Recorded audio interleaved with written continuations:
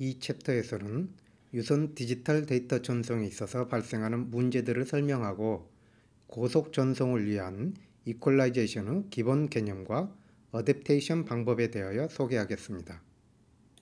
디지털 데이터를 전송하는 방법으로 병렬 전송과 직렬 전송이 있는데 이 두 가지 방법의 개략적인 개념과 장단점을 비교하여 설명하도록 하겠습니다. 이와 같이 두 개의 시스템이 있을 때 한 시스템이 가지고 있는 데이터를 다른 시스템으로 전송하고자 할 때 보내고자 하는 데이터 중 현재 보내고자 하는 바이트를 선택하여 TX 레지스터로 보내면 TX 레지스터의 각 비트가 데이터를 받는 시스템의 RX 레지스터의 각 비트와 1대1로 연결된 선을 통하여 데이터를 전송하고 수신된 데이터를 버퍼에 저장하는 과정을 통하여 병렬 전송이 이루어집니다. 이때 보내는 시스템이나 받는 시스템 중 어느 하나가 별도의 클럭 라인을 통하여 클럭을 보내 일정한 시간 간격으로 연속적으로 전송하거나 별도의 제어선을 통하여 각 시스템의 상태를 상대에게 알려 전송의 흐름을 제어합니다. 이와는 달리 직렬 전송은 현재 보내야 하는 바이트를 레지스터에 보내면 각 비트를 정해진 시간 간격으로 순차적으로 선택하여 전송하는 시리얼라이저를 통하여 내보내고, 마찬가지로 수신 시스템에서는 순차적으로 수신된 비트를 받아 레지스터에 저장하기 위한 디시리얼라이저를 거치게 됩니다. 이때 서데스라고 불리는 시리얼라이저, 디시리얼라이저의 클럭 속도는 시스템의 클럭에 비하여 바이트의 길이만큼 빨라야 하기 때문에 수 기가헐츠에서 수십 기가헐츠로 동작하는 논리 회로를 필요로 하게 됩니다. 같은 데이터 전송 레이트에 대하여 병렬 전송은 클럭 속도가 느리지만 직렬 전송은 고속 회로가 필요하다는 단점이 있습니다. 역으로 병렬 전송은 다수 개의 선을 구동하여야 하기 때문에 많은 수의 핀과 라우팅 면적을 차지하지만 직렬 전송은 적은 수의 핀과 적은 라우팅 면적만을 요구한다는 장점이 있습니다. n개의 연결선을 구동하는 것과 1개의 연결선을 n배 빠른 속도로 구동하는 방법 중 궁극적으로 전체 전력 소모는 직렬 전송이 병렬 전송보다 월등히 적게 소모합니다. 병렬 전송은 별도의 클럭선을 통하여 시간과 흐름을 통제하지만 직렬 전송은 통상 송신 시스템이 일방적으로 신호를 보내고 수신부에서 수신된 신호로부터 클럭과 흐름 제어 및 데이터를 복원하여야 하기 때문에 수신부 복잡도나 설계 난이도가 높습니다.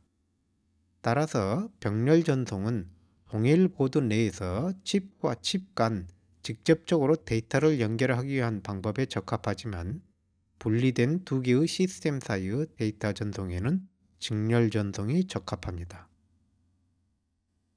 고속 병렬 전송에서는 각 데이터 라인 간의 지연 시간 차이인 스큐와 인접 라인의 트랜지션에 의하여 신호가 변화되는 크로스톡 문제가 발생합니다. 이와는 달리 직렬 전송에서는 송신부와 수신부 클럭 주파수 차이나 전송선의 밴드위스 한계에 따른 인터심볼 인터페런스 문제가 발생합니다. 병렬 전송의 스큐와 크로스톡은 각각 DLL과 캔슬러를 통하여 보상할 수 있으며, 직렬 전송은 수신된 신호로부터 클럭과 데이터를 복원하는 CDR이 사용되며 밴드위스 제약에 따른 ISI는 이퀄라이저를 이용하여 보상할 수 있습니다. 다만 이러한 적응 회로가 병렬 전송에서는 각 라인마다 필요하지만 직렬 전송에서는 하나만을 필요로 하기 때문에 고성능의 적응 회로를 적용할 수 있습니다.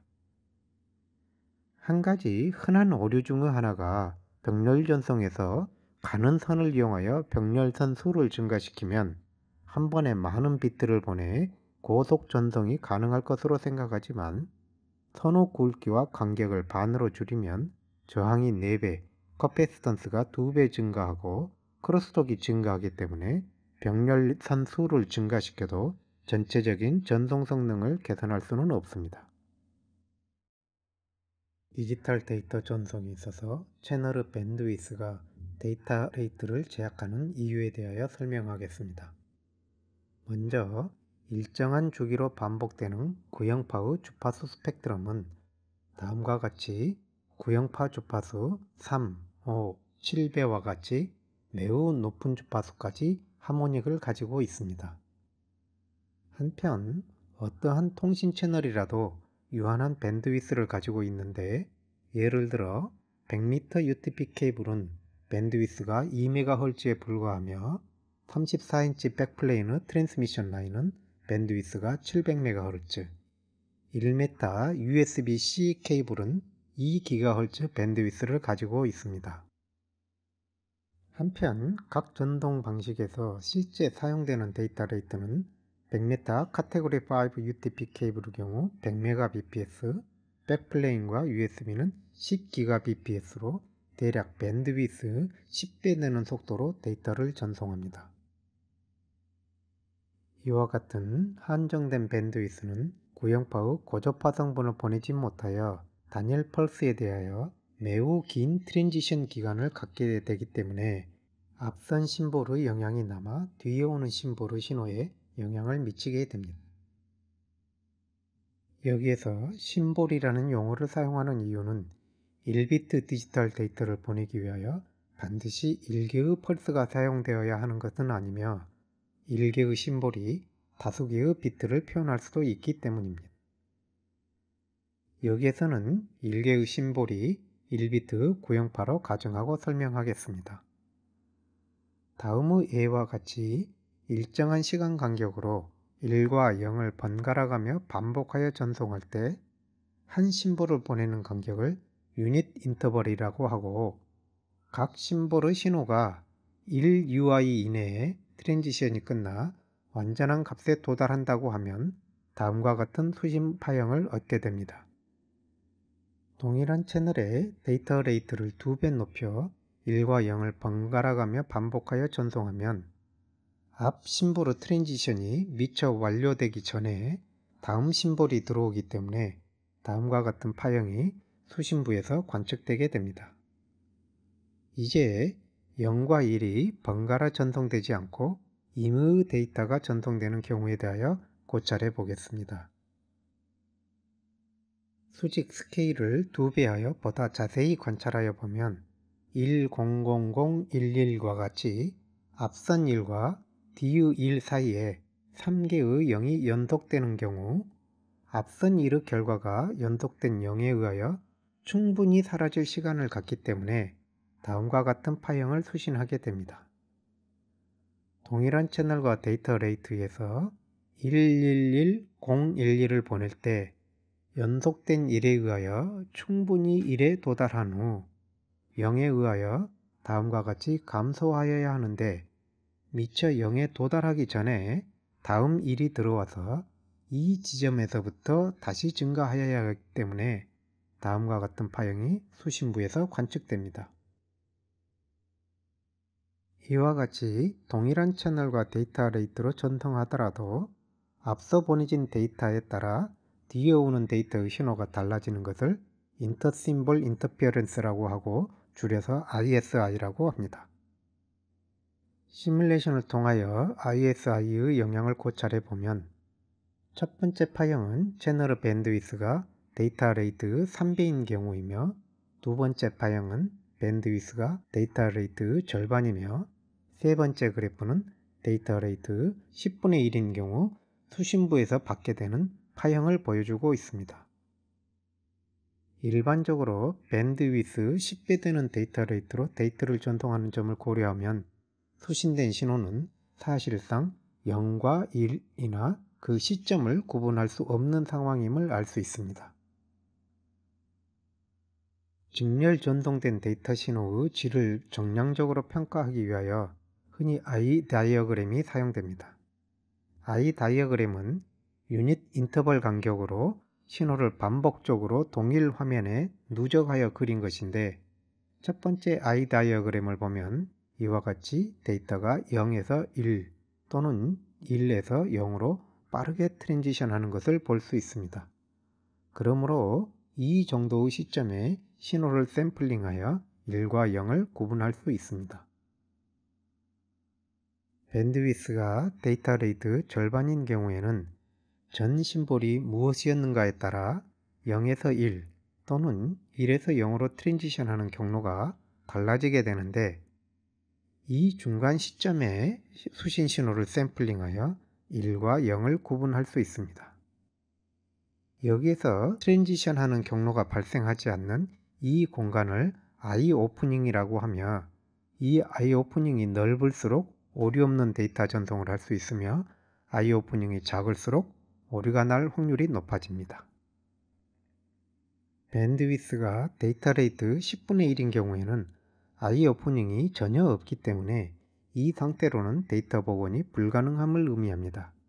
하지만 실제 시리얼 링크에서는 이퀄라이저를 이용하여 신호를 복원할 수 있습니다. 유선 데이터 전송 채널에서의 신호 구동 방법에 대하여 설명하겠습니다. 먼저 동일한 보드에 있지 않은 독립된 두 시스템을 유선으로 연결할 때 가장 먼저 고려하여야 하는 점은 두 시스템의 그라운드가 다르다는 점입니다. 송신부와 수신부는 각각의 그라운드를 가지고 이를 전압의 기준으로 삼습니다. 이때 각 시스템의 그라운드는 전위의 절대 기준인 얼스에 비하여 서로 다른 임의의 전위를 가지고 있게 되는데, 각 시스템의 그라운드를 얼스에 각각 연결하였다고 하더라도 두 지점 사이에는 저항이 존재하기 때문에 여러 요인으로 인하여 각 그라운드는 심하게 변동되게 됩니다. 예를 들어 얼스에 비하여 각각의 그라운드가 다음과 같을 때 송신부에서 보내는 신호는 송신부 그라운드를 기준으로 정하여진 스레스홀드에 따라 1 또는 0으로 구분이 됩니다. 연결선의 저항이 충분히 낮다면 다음과 같이 수신부에서 관측되는 전위는 송신부의 전위와 같지만 수신부 그라운드를 기준으로 하는 스레스홀드보다 항상 높기 때문에 1과 0을 구분하지 못합니다.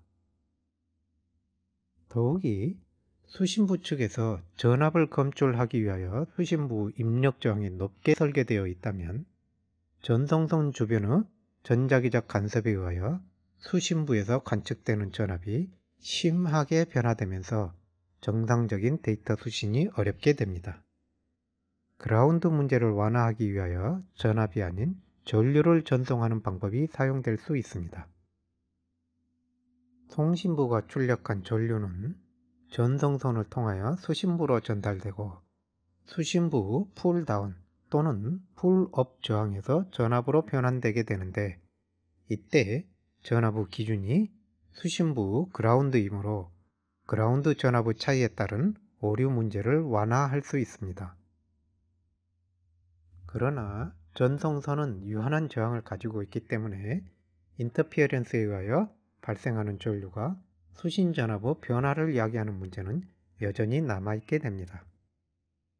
쉴드 케이블은 전송선 외부를 그라운드 전위를 갖는 금속으로 둘러싸서 외부 간섭의 영향을 줄일 수 있지만, 한쪽 그라운드만을 연결하는 경우 그라운드 문제가 여전히 남아있으며, 양쪽 시스템의 그라운드를 모두 연결하는 경우 두 시스템의 그라운드 전위 차이로 매우 큰 전류가 그라운드 라인을 통하여 흐르면서 시스템을 파괴할 수도 있습니다.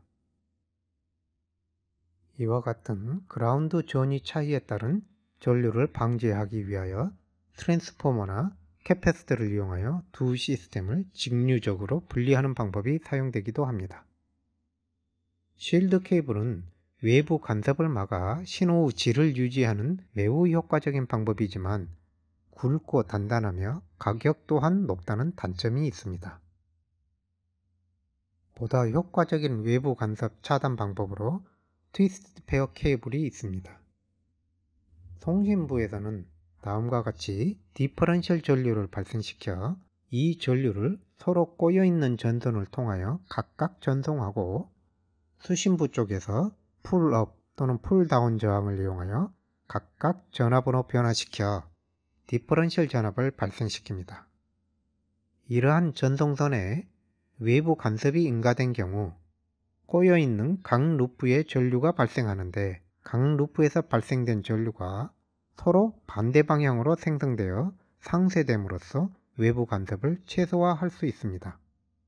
더욱이 디퍼런셜 신호를 사용하기 때문에 전원전압 변동 등에 의하여 발생하는 커먼 모드 잡음을 경감할 수 있습니다.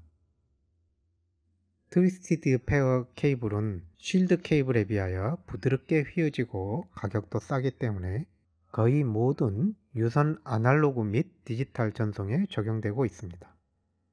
더 나아가 인접한 두 트위스티드 페어 간 간섭도 대부분 상쇄되기 때문에 언쉴디드 트위스트 페어, UTP, 카테고리 5, 7 등과 같이 다수 개의 트위스트 페어를 하나의 케이블로 묶어 여러 채널을 제공하거나 필요에 따라서는 전체를 쉴드선으로 감싼 쉴디드 트위스티드 페어 STP가 사용되기도 합니다. 앞서 설명한 전류 구동 방식은 송신부에서 출발한 전류가 수신부에서 충분하게 빠른 속도로 소멸되지 못하면 오히려 그라운드 바운싱 문제를 악화시킬 수도 있습니다. 앞서 설명한 여러 기법들의 장점을 조합한 LVDS라는 종선 방법이 있습니다. LVDS 송신부는 이와 같이 전류를 내보내는 경로를 제공하는 소싱 스위치와 전류를 그라운드로 빠져나가게 하는 싱킹 스위치가 컴플리멘터리 디퍼런셜 구조로 동작합니다. 송신부 출력 전류는 트위스티드 페어를 통하여 수신부로 전달되고, 수신부에서 두 선 사이에 삽입된 터미네이션 저항을 이용하여 전압으로 변환됩니다. 수신부를 직류적으로 송신부와 분리하기 위하여 커패시터를 통하여 디퍼런셜 전압을 읽어냅니다. LVDS 가장 큰 특징은 송신부에서 출발한 전류가 당시 송신부로 돌아와 소멸되기 때문에 앞서 설명한 그라운드 문제를 해결할 수 있다는 것입니다. 이러한 장점 때문에 LVDS를 사용한 멀티채널 UTP는 오늘날 거의 모든 유선 직렬 전송에서 사용하는 기법입니다. 통신에 있어서 가장 중요한 요소 중 하나인 송신기와 수신기의 클럭 문제에 대하여 설명하겠습니다. 디스크리트 타임 시스템인 디지털 통신에서 송신기와 수신기의 클럭이 동기화되어 있어야 하는데, 서로 떨어진 독립된 두 시스템의 클럭을 일치시키기는 매우 어렵습니다. 송신기와 수신기를 동기화하는 가장 손쉬운 방법은 데이터와는 별도로 클럭 신호를 보내는 것인데, 별도의 채널을 통하여 클럭을 보낼 수 있다고 하더라도 클럭 채널과 데이터 채널의 지연시간 차이가 나기 때문에 수신기에서는 수신된 클럭 신호와 데이터 신호 간의 지연시간을 일치시켜 주기 위한 딜레이 럭드 루프라는 블럭이 요구됩니다. 지연시간이 일치하더라도 클럭 채널이 충분한 신호 완결성을 보장하지 못하는 경우 수신된 클럭이 매우 불안정하여 이를 직접적으로 수신된 데이터를 샘플링하기 위한 기준시간으로 사용할 수는 없습니다. 이러한 문제를 해결하는 방법으로는 수신부에 별도의 발진 회로를 사용하여 안정된 클럭을 발생시키되, 송신기에서 보내온 클럭과 주파수 및 위상을 동기화하는 페이즈 럭드 루프를 사용합니다. PLL은 수신된 클럭 주파수보다 높은 주파수 클럭을 안정적으로 발생시킬 수 있기 때문에 낮은 주파수 클럭을 보내 한정된 밴드위스에서도 신호의 완결성을 보장할 수 있습니다. 반면 데이터 채널은 클럭 채널보다 월등히 높은 데이터 레이트로 전송하기 때문에 이퀄라이저가 적용되지만 클럭 라인에는 통상 이퀄라이저가 적용되지 않습니다. 클럭 주파수를 동기화시켰다고 하더라도 클럭 채널과 데이터 채널의 지연시간 차이 문제는 여전히 남아있기 때문에 수신기의 PLL에서는 단일 주기 내에서 여러 개의 페이지를 갖는 클럭들을 발생시키고 그 중에서 샘플링에 가장 적합한 클럭 페이지를 선택하여 샘플링과 디시리얼라이저에 적용합니다. 수신부 디지털 시스템의 클럭은 데이터 전송과는 관계없는 별개의 클럭을 사용하므로 수신된 데이터와 수신부 디지털 시스템과는 동기가 맞지 않기 때문에 수신기는 복원된 클럭으로 샘플링된 데이터를 버퍼 메모리에 순차적으로 저장하고 수신부 디지털 시스템은 자신의 클럭에 맞추어 데이터를 가져갈 수 있어야 합니다. 별도로 클럭 신호를 보내는 것은 추가적인 채널이 요구되기 때문에 이를 적용하기 어려운 경우에는 수신된 신호로부터 클럭과 데이터를 복원하여야 합니다. 따라서 수신부는 정하여진 주파수 독립된 클럭을 사용하되 데이터를 보내는 채널에 동기 신호를 포함할 수 있는데, 예를 들어 다음과 같이 보내고자 하는 데이터 신호에 앞서 크기가 다른 신호를 보내 전송의 시작임을 알려주어 이를 동기 신호로 사용할 수 있습니다. 수신기에서는 이 동기 신호를 클럭의 시작 시점으로 하여 약속된 주기로 DEO는 데이터 신호를 샘플링하게 됩니다. 그러나 수신기의 주파수가 통신기의 주파수와 정확하게 일치하지 않기 때문에 주기의 차이에 해당하는 시간이 지속적으로 누적되어 데이터를 샘플링하는 시간차가 지속적으로 앞당겨지거나 뒤로 밀려나서 일정한 시간이 경과된 후에는 잘못된 신호를 데이터로 샘플링하게 됩니다. 따라서 동기 신호 이후에 오는 데이터의 길이는 송신기와 수신기의 최대 주파수 오차 허용 범위에 의하여 한정되게 됩니다. 그러므로 클럭을 별도로 전송하지 않는 데이터 통신은 보내고자 하는 데이터를 일정한 길이의 묶음인 패킷 단위로 전송하는 것이 일반적입니다. 각 패킷의 시작 부분에 데이터와는 별도로 이퀄라이제이션과 동기화를 위한 신호나 패킷의 길이, 오류 보정을 위한 페러티 정보 등을 포함하는 프리앰블 비트를 붙여 보내게 됩니다. 프리앰블 신호 초기에 수신부는 이퀄라이저를 최적화하고 이퀄라이저가 안정화된 후 클럭을 복원하는 일종의 PLL인 클럭 데이터 리커버리에서 동기화가 이루어집니다. 따라서 이퀄라이저와 CDR이 프리앰블 몇 비트 이내에 어댑테이션과 싱크로나이제이션이 완료되는가, 또 이러한 최적화가 얼마나 신뢰도 있게 유지될 수 있는가가 고속 데이터 전송의 핵심 기술이라 할 수 있습니다. 일반적인 방법으로는 이와 같은 이퀄라이저와 CDR에 상당한 시간이 요구되기 때문에 긴 프리앰블 신호가 요구되어 패킷에서 데이터가 차지하는 비중이 줄어들기 때문에 각 비트 전송 속도를 나타내는 비트 레이트에 비하여 실제 전송된 데이터의 양을 나타내는 트루풋은 매우 낮은 값을 가질 수 있습니다. 이 두 가지 방법을 비교하여 보면 별도 클럭 채널을 사용하는 방법은 비교적 짧은 거리에 있는 두 개의 시스템 간을 연결하면서 단적인 고속 데이터 레이트로 전송하면서도 무결점 전송이 요구되는 고해상도 디스플레이와 같은 응용 분야에 적합하며, CDR을 사용하는 방법은 먼 거리의 불특정한 시스템 간의 데이터 통신에 적합하며 다소간의 오류를 허용하는 이더넷과 같은 응용 분야에 적합하다는 것을 알 수 있습니다. 앞서 인터심볼 인터피어런스에 대하여 설명하였지만 그 과정을 다시 간단히 요약하고 이를 보상하는 방법에 대하여 소개하겠습니다. 심볼이란 한 단위의 디지털 데이터를 표현하는 짧은 웨이브폼으로 가장 대표적으로는 구형파 펄스를 들 수 있으며, 짧은 웨이블렛 모양의 UWB 펄스나 괌, QPSK와 같이 모듈레이션을 이용하여 여러 비트를 표현한 파형일 수도 있습니다.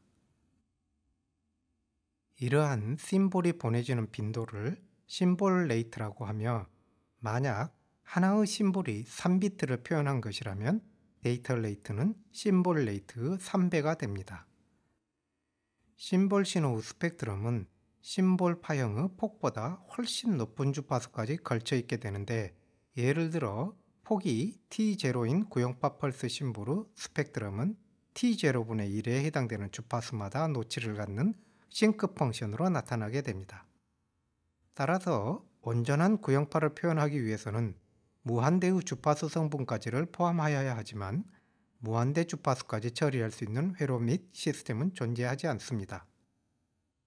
심볼 신호가 거쳐가는 과정을 채널이라고 하는데, 모든 채널은 유한한 밴드위스를 가지고 있어 그 임펄스 레스폰스는 대역폭에 반비례하는 비율로 감소하는 긴 꼬리를 가지고 있습니다. 심볼 신호가 채널을 거치면 채널의 긴 임펄스 레스폰스와의 컨볼루션으로 인하여 그 출력 파형의 상승과 하강 기울기가 원래 심볼 신호에 비하여 매우 낮아져 짧은 심볼 웨이브가 길게 느려뜨려지며 왜곡이 생기게 됩니다. 이와 같이 길게 느려뜨려진 앞 심볼이 완전히 소변하기 전에 다음 심볼이 들어오면 앞 심볼들의 잔향과 새로이 인가된 심볼에 대한 반응이 합하여지게 되는데, 자기 자신을 제외한 다른 심볼에 의한 영향을 ISI라고 합니다. 고속 전송을 위해서는 ISI를 보상해 주어야 하는데, 채널을 통과하기 전 신호원에서 보상하는 방법을 프리엠퍼시스 또는 펄스 쉐이핑이라고 하고, 채널의 출력 측에서 보상하는 기법을 이퀄라이저라고 합니다. 이러한 보상을 크게 주파수 도메인에서 대역폭을 늘려주는 방법과 타임 도메인에서 파형의 왜곡을 수정하여 주는 두 가지 방법으로 구분될 수 있습니다. 따라서 ISI 보상 기법은 다음과 같이 크게 네 가지로 분류될 수 있습니다. 먼저 주파수 도메인에서는 심볼의 스펙트럼에 비하여 부족한 이와 같은 로우 패스 필터 특성을 갖는 채널 대역폭을 보상하여 줄 수 있도록 채널 주파수 응답의 역에 해당되는 하이패스 필터를 캐스케이드로 연결하여 주는 경우 전체 전달 함수가 전 주파수에서 일정하게 유지될 수 있도록 하는 기법입니다.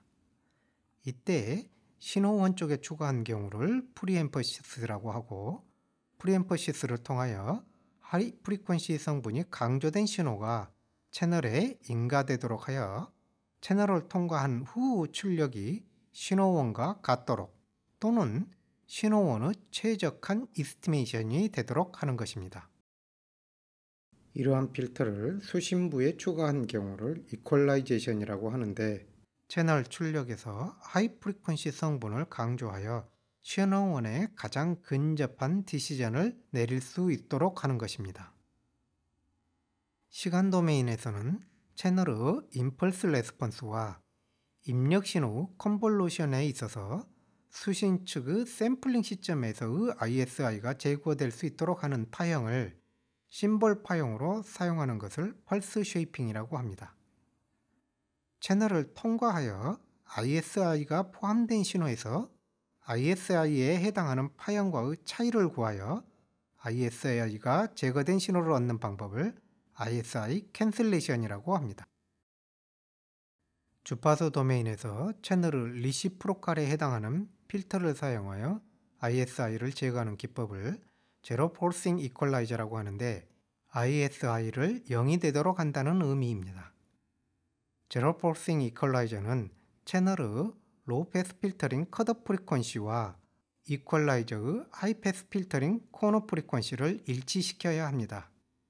예를 들어 채널이 다음과 같은 퍼스트 오더 로우 패스 필터로 모델링 될 수 있다면, 채널의 폴과 같은 주파수에 제로를 갖는 하이 패스 이퀄라이제이션 필터를 사용하면 전체 전달 함수가 전 주파수 대역에서 플랫한 올 패스 필터 특성을 갖기 때문에 ISI가 제거된 신호를 얻을 수 있습니다.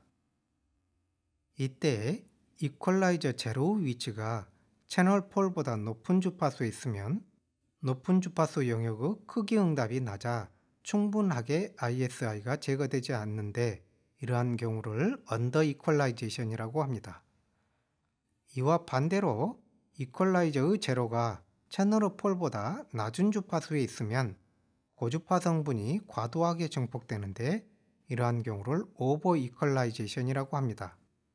예를 들어 구형파 심볼에 대하여 오버 이퀄라이제이션이 일어나면 다음과 같이 트랜지션이 과도한 오버슈트를 발생하게 되어 또 다른 문제를 일으키게 됩니다. 한편 올패스 필터는 무한대의 주파수까지 신호를 출력하기 때문에 높은 주파수 대역의 잡음이 모두 신호에 더하여져 신호의 퀄리티를 심각하게 손상하게 됩니다. 따라서 잡음과 ISI 제거의 균형을 유지하기 위하여 이퀄라이제이션 필터가 폴을 가지고 있어 높은 주파수 이득이 바운드되도록 함으로써 전체적인 주파수 응답의 대역폭이 다음과 같이 제한될 수 있어야 합니다. 예를 들어 구형파 펄스를 심볼 웨브폼으로 사용한 경우 펄스 폭이 데이터 레이트와 같으며 일반적으로 전체 대역폭이 데이터 레이트 역수 70% 정도로 설정하여도 바이너리 디시전을 내릴 수 있습니다. 따라서 이러한 제로 폴싱 이퀄라이저의 오브젝티브 펑션은 신호1 스펙트럼과 이퀄라이즈드 된 신호 스펙트럼의 차이를 최소화하기 위한 이퀄라이제이션 필터의 제로 주파수를 구하는 것으로 정의할 수 있습니다.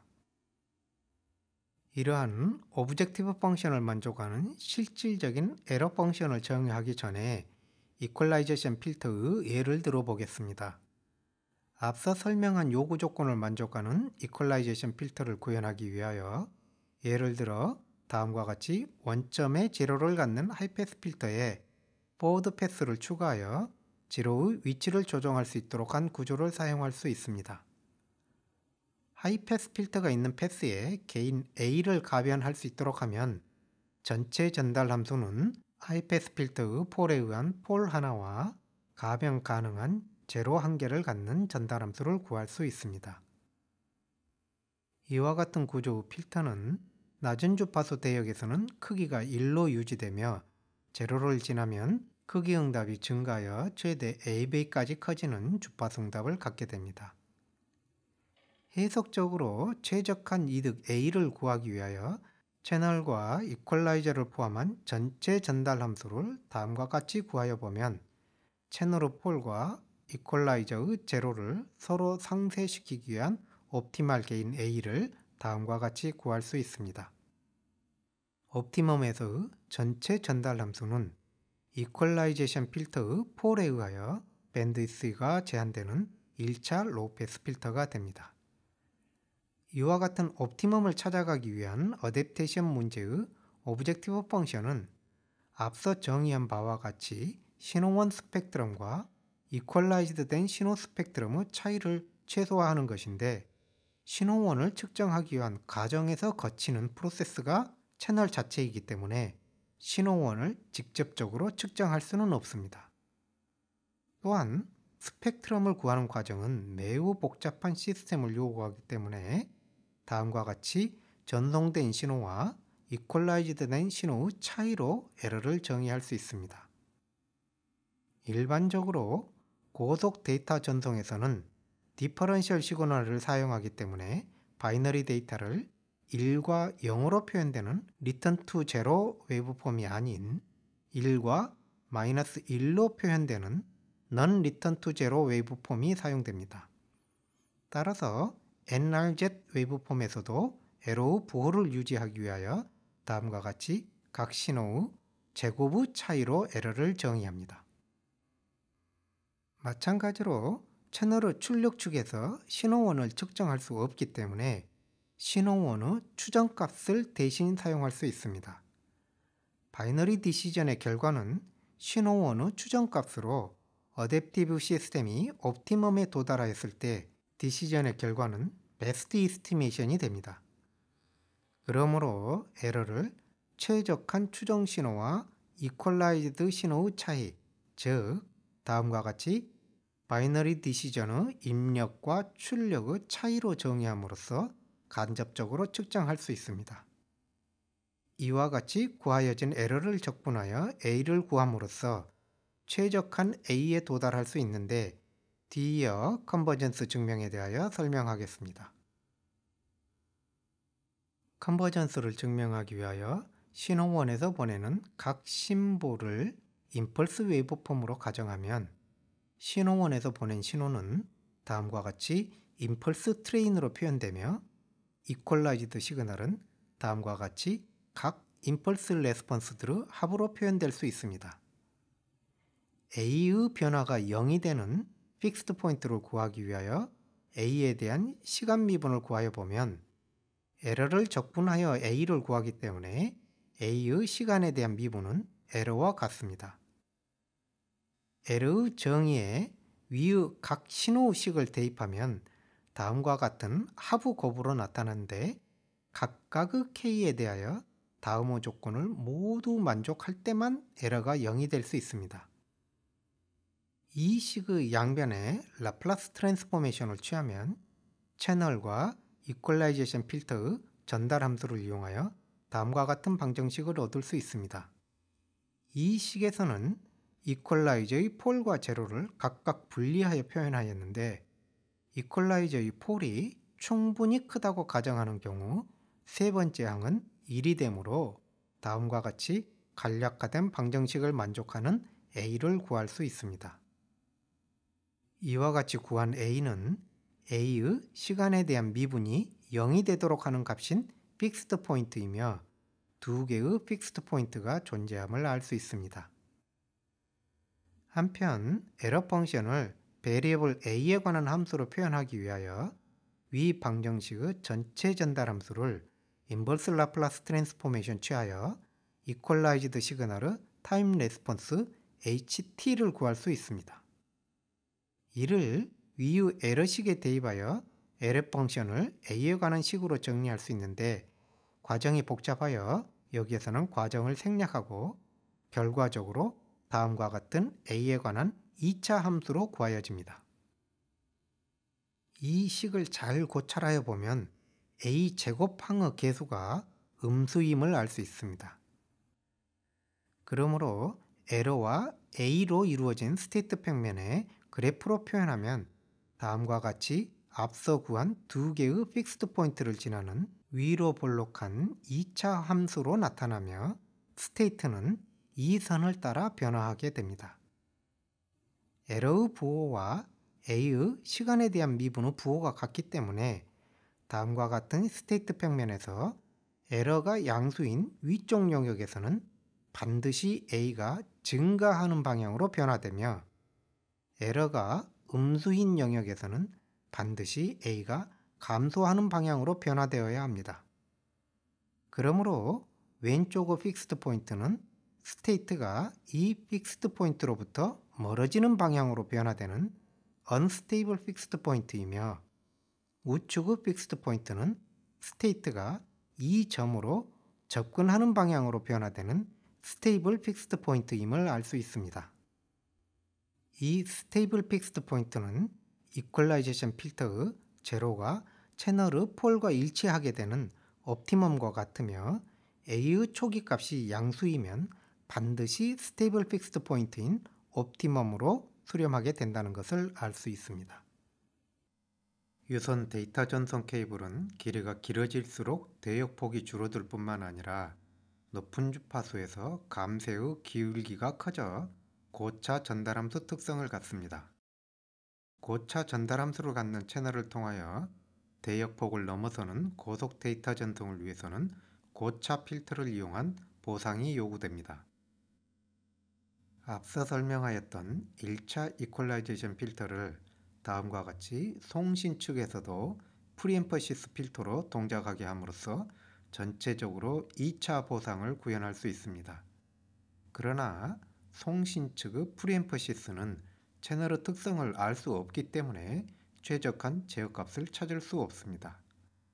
따라서 양방향 통신이 가능한 경우 상대방이 보낸 데이터를 받아들이는 수신부에 동일한 이퀄라이저를 사용하여 최적화하고 이 제어값을 송신을 위한 프리엠퍼시스에 인가하는 마스터 슬레이브 스킴을 적용할 수 있습니다.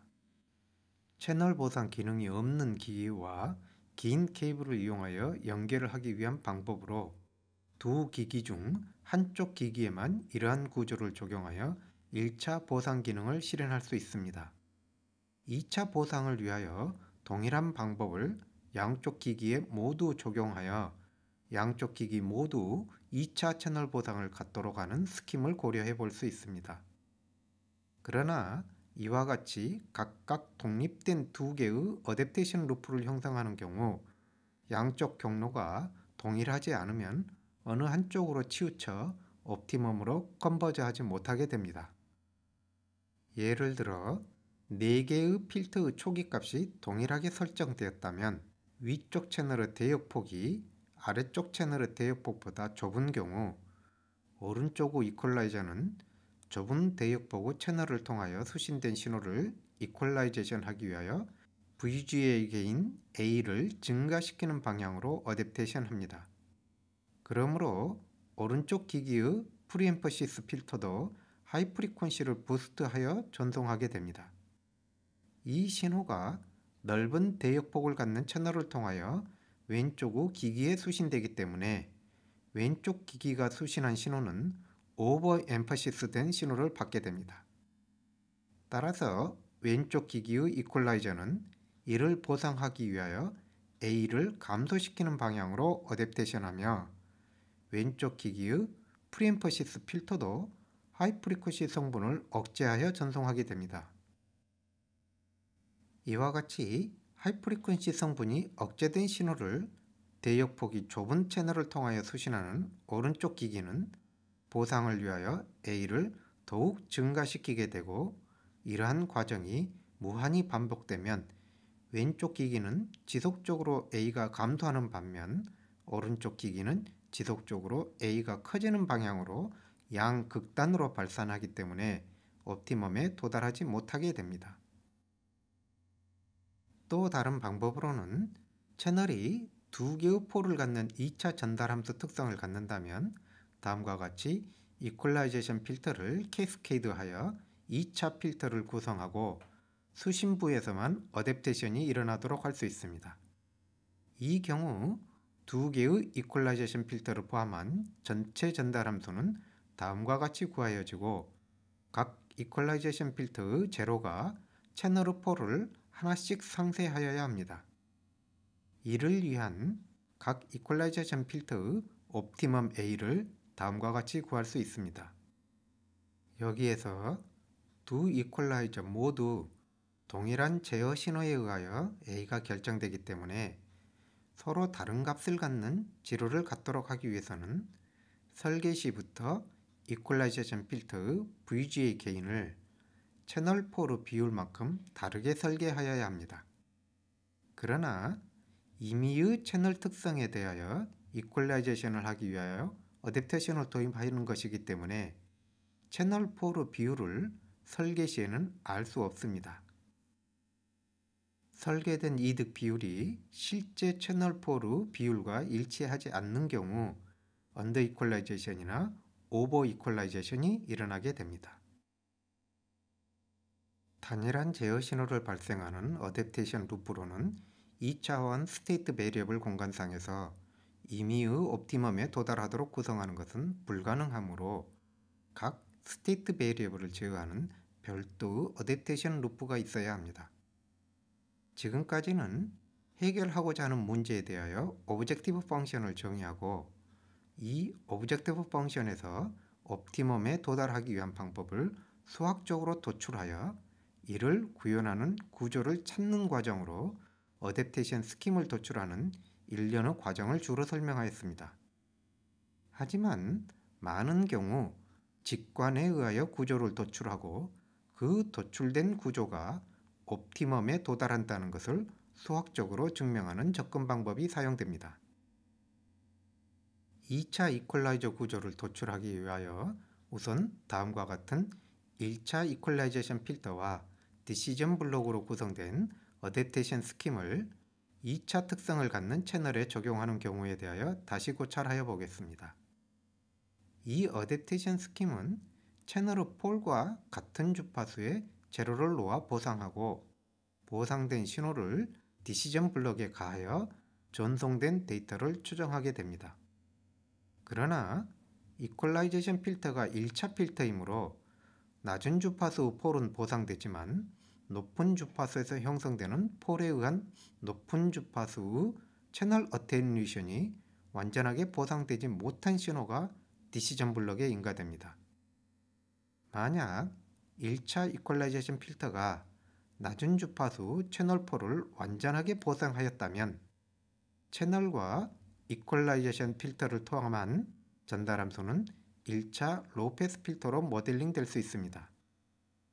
그러므로 이 디시전 블록 내에 이퀄라이제이션 필터를 추가하여 남은 하나의 폴을 보상한 후 최종 디시전을 수행하도록 하고 추가된 이퀄라이제이션을 최적화하기 위한 에러는 다시 최종 디시전 블록 전후의 신호 크기 차로 정의하는 어댑테이션 루프 구성을 생각해 볼 수 있습니다. 이와 같이 직관을 통하여 구한 두 개의 루프를 갖는 2차 어댑티브 이퀄라이제이션 스킴이 옵티멈을 찾을 수 있을 것인지 여부를 수학적인 컨버전스 애널리시스를 통하여 증명하여야 합니다. 이를 위하여 전송된 신호가 임펄스 시퀀스라고 가정하면 각 이퀄라이저의 출력은 각 임펄스에 대한 해당 시점까지의 임펄스 레스폰스의 총 합으로 다음과 같이 구하여집니다. 최종 디시전된 출력이 전송된 신호의 최적한 추정이라고 가정하면 각각의 에러는 다음과 같이 구하여집니다. 스테이트 베리어블인 각 VGA 개인 A가 각각의 에러를 적분하여 구하여지므로 스테이트 베리어블의 시간 미분이 0인 픽스드 포인트는 다음과 같이 에러가 0일 때를 의미하며 다음의 조건을 만족할 때 0이 됨을 위 식에서 알 수 있습니다. 이 조건의 양변을 라플라스 트랜스포메이션 하면 다음과 같은 식을 구할 수 있습니다. 어댑테이션 루프에 인가되는 신호의 주파수가 PC2보다 낮은 영역에서는 이 두 항을 1로 어프록시메이션 할 수 있기 때문에 첫 번째 전달 함수를 플러스 마이너스 1로 하는 A1은 이 항이 플러스 마이너스 1이 되도록 하는 A1 값으로 구할 수 있습니다. 두 번째 전달 함수에서 이 두 항이 앞의 조건에 의하여 먼저 1이 되었다면 이 마지막 항은 1이므로 두 번째 전달 함수가 플러스 마이너스 1이 되기 위한 A2는 이 항이 플러스 마이너스 1이 되도록 하는 A2 값으로 구할 수 있습니다. 앞에서 가정한 두 가지 조건을 만족하면 A1, A2 조합으로 4개의 픽스드 포인트를 구할 수 있습니다. 다만 A1은 어댑테이션을 처리하는 신호의 주파수가 PC2보다 낮은 주파수이어야 한다는 조건이 만족되어야만 구하여집니다. 이러한 조건이 보장될 수 있도록 A1을 구하기 위한 피드백에 다음과 같이 로우패스 필터를 추가합니다. 또한 HT1이 먼저 1이 되어 있어야만 A2를 구할 수 있으므로 A1을 구하기 위한 피드백이 선행되도록 A2를 구하기 위한 안쪽 피드백 게인보다 A1을 구하기 위한 바깥쪽 피드백 게인을 크게 설정하여야 합니다. 이와 같이 구성된 어댑테이션 스캠에서 4개의 픽스드 포인트는 각 4분면에 1개씩 존재하게 됩니다. 각 픽스드 포인트에 대한 스테빌리티는 A1과 A2 각각에 대하여 퍼스트 오더의 경우에서 고찰한 바를 적용할 수 있습니다.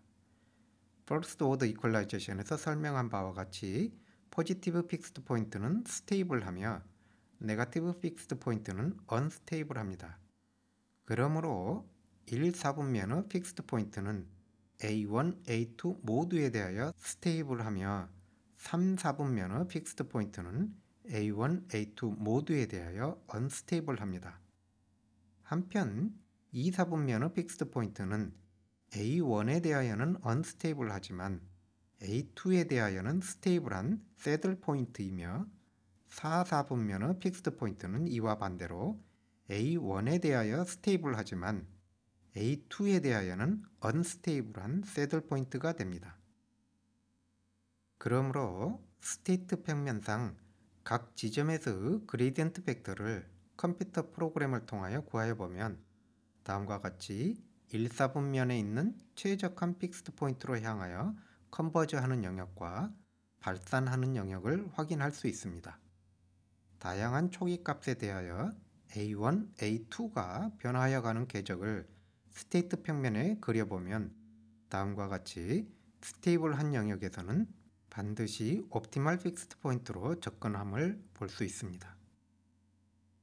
그러므로 A1, A2 범위를 양수로 유지되도록 하면 반드시 옵티멀 포인트에 도달하는 어댑티브 이퀄라이저를 구현할 수 있습니다. 대부분의 유선 데이터 통신은 케이블이 연결된 후 채널 대역폭이 시간에 따라 변화하지는 않습니다. 그러므로 앞서 설명한 어댑테이션 스킴은 케이블이 새로 연결되거나 전원이 새로 켜지는 과정에서 어댑테이션이 일어나고 이후 파라미터가 유지될 수 있도록 피드백 경로를 디지털 회로로 구현하는 것이 바람직합니다. 유선 데이터 전송과 달리 시스템이 시작된 후 시간이 경과함에 따라 온도나 전원전압의 변동에 의하여 대역폭이 변화하기 때문에 지속적으로 어댑테이션 루프를 유지하여야 하는 경우에 대하여 설명하겠습니다. 고성능의 광소자는 일반적으로 특별한 공정이나 물질을 요구하기 때문에 표준화된 실리콘 CMOS 공정을 기반으로 하는 회로와 단일 칩으로 구성하기 어렵습니다.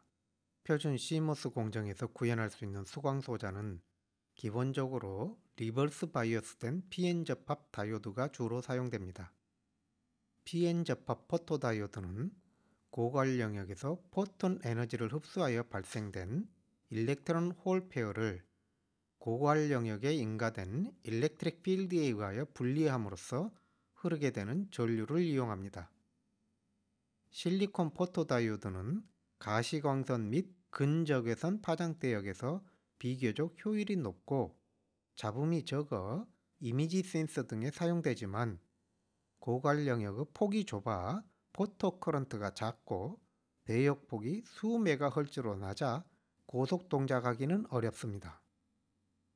고감도 고속 동작을 위하여 PN 접합 다이오드에 높은 리버스 바이어스를 인가하여 전류를 증폭하는 아발란치 포토다이오드를 사용할 수 있습니다. 포톤에 의하여 고갈 영역에서 발생된 전자는 고갈 영역의 높은 일렉트릭 필드에 의하여 드리프트로 이동하며 가속되어 임팩트 아이오나이제이션을 일으켜 큰 전류를 발생시키게 됩니다. 그러나 벌크 영역에서 생성된 일렉트론은 캐리어 농도 차이에 의하여 확산되어 가는 디퓨전 커런트로 매우 느리게 흘러 광펄스 입력에 대하여 긴 꼬리를 남기기 때문에 결국 동작 속도는 디퓨전 커런트가 소멸되는 시간에 의하여 결정됩니다. 또한 브레이크다운 근처에서 바이어스 되어야 하기 때문에 높은 전압이 인가되어야 할 뿐만 아니라 공정과 온도 변화에 대한 영향이 매우 크다는 단점이 있습니다. 포토다이오드 속도를 제약하는 디퓨전 커런트 이외에 빛이 인가되지 않는 상태에서 흐르는 다크 커런트에 의한 옵셋 또한 광전자 회로 및 시스템의 중요한 제약 요소로 작용합니다. 이러한 디퓨전 커런트와 다크 커런트를 캔슬하기 위해서 다음과 같은 디퍼런셜 포토다이오드 구조를 사용할 수 있습니다. 두 포토다이오드 다크 커런트가 같다는 가정하에 빛이 인가되는 센싱 PD와 빛이 차단된 다크 PD의 전류 차이를 구하면 다크 커런트 상당 부분을 제거할 수 있습니다. 한편 벌크 영역에서는 일렉트릭 필드가 강하지 않아 디퓨전 커런트는 전 방향으로 확산되기 때문에 빛이 인가된 PD와 빛이 인가되지 않은 PD에 비슷한 양의 디퓨전 커런트가 흐르게 됩니다. 따라서 두 포토다이오드 전류 차이를 구하면 디퓨전 커런트 또한 상당 부분 제거됩니다.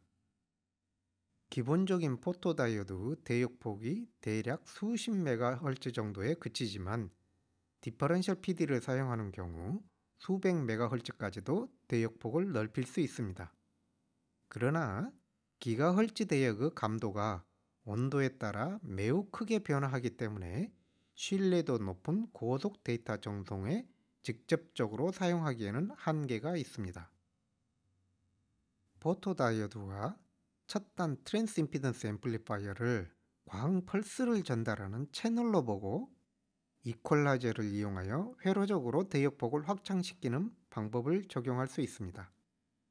이때 공정과 온도 변화의 영향을 보상하기 위해서는 어댑티브 이퀄라이저를 사용하여야 합니다. 또한 디퍼런셜 포토다이오드에서 완전히 제거되지 못한 다크 커런트로 인한 옵셋을 제거하여야 연속된 증폭을 적용할 수 있습니다. 이퀄라이저의 어댑테이션을 위한 에러를 주파수 영역이 아닌 시간 도메인에서도 정의할 수 있는데 바이너리 펄스 파형은 트랜지션 기간을 제외하고는 0 또는 1이기 때문에 차이가 없으며 트랜지션 기간 동안은 두 파형의 기울기가 같다면 두 파형이 동일한 것으로 볼 수 있습니다. 또한 비교기 출력의 기울기가 입사되는 광펄스의 기울기와 같다고 가정하면 비교기 출력 파형의 기울기와 이퀄라이저 출력 파형의 기울기 차이로 에러를 정의할 수 있습니다. 회로가 갖는 비선형성의 영향을 최소화하기 위하여 바이너리 디시전 스레스홀드 주변에서의 기울기를 측정하여야 하며 이는 스레스홀드 주변의 두 개의 기준값을 지나는 데 소요되는 시간으로 측정할 수 있습니다. 이러한 기울기 검출 회로는 다음과 같은 두 개의 컴패레이터와 XOR 게이트로 손쉽게 구현할 수 있습니다. 슬롭 딕텍터에 의하여 스위치가 동작하는 차지 펌프에서 이퀄라이저 출력 파형의 기울기가 낮을수록 적분 캐패시터로 전류가 인가되는 시간이 길며 이퀄라이저 슬롭 딕텍터에 의하여 적분기로 들어가는 전류와 비교기 슬롭 딕텍터에 의하여 적분기에서 빼내는 전류 차만큼 적분기에 전하가 누적됩니다. 그러므로 언더 이퀄라이제이션의 경우 이퀄라이저 슬롭 딕텍터가 하이로 유지되는 시간이 컴패레터 슬롭 딕텍터가 하이로 유지되는 시간보다 길어 제어 전압이 증가합니다.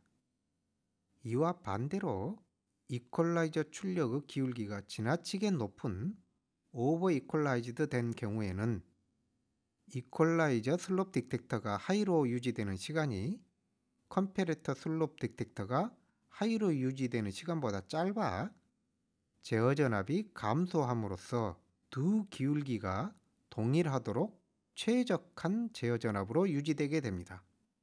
기울기의 차이를 에러로 정의한 피드백이 최적한 이퀄라이저 제어 전압이 되도록 동작하리라는 것을 직관적으로 설명하였지만 수학적으로 옵티멈의 이그지스턴스, 유니크니스, 컨버전스를 입증하여야 합니다. 이를 위하여 포토다이오드와 트랜스 임피던스 앰플리파이어를 1개의 폴을 가진 밴드 리미티드 채널로 보고 입력 광펄스와 비교기 출력의 기울기를 알파라고 가정하겠습니다. 앞서 설명하였듯이 에러는 바이너리 디시전 스레솔드 주변에서의 기울기 차이로 정의할 수 있습니다. 해석의 편의를 위하여 바이너리 디시전 스레솔드를 동작점으로 보고 이 주변에서의 기울기가 알파인 입력에 대한 연속시간 소신호 해석을 통하여 피드백 시스템을 해석할 수 있습니다.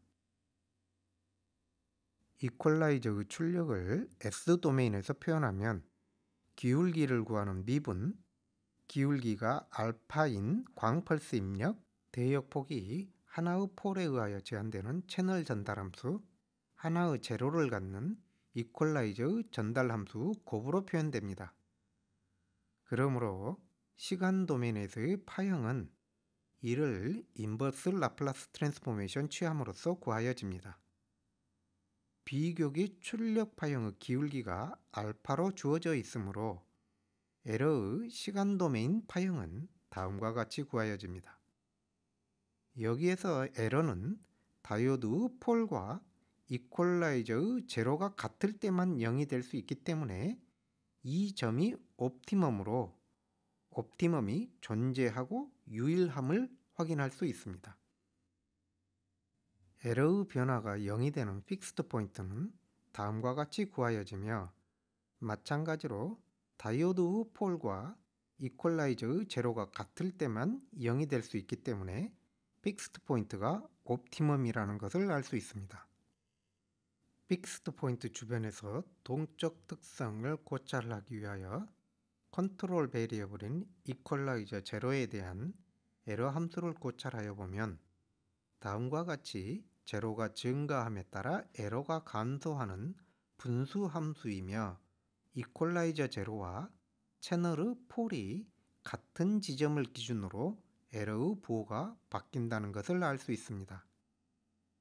에러의 시간 미분을 각 영역에 따라 관찰하여 보면 제로가 채널 폴보다 작은 영역에서는 에러가 양수이며 에러의 시간 미분이 음수이므로 에러가 감소하는 방향, 즉 제로가 증가하는 방향으로 변화하게 됩니다.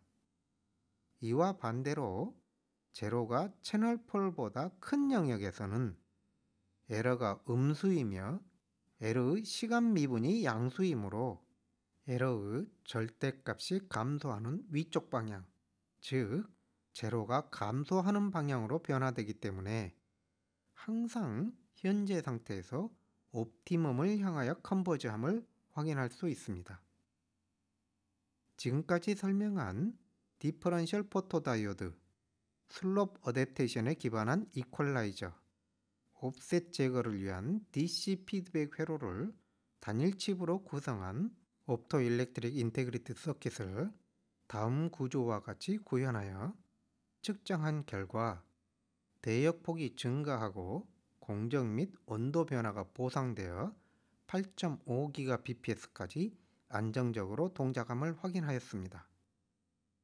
사용한 공정에서 포토다이오드 밴드위스가 수 메가헤르츠인 점을 고려하면 회로 기술로 성능을 1000배 개선한 것에 해당합니다.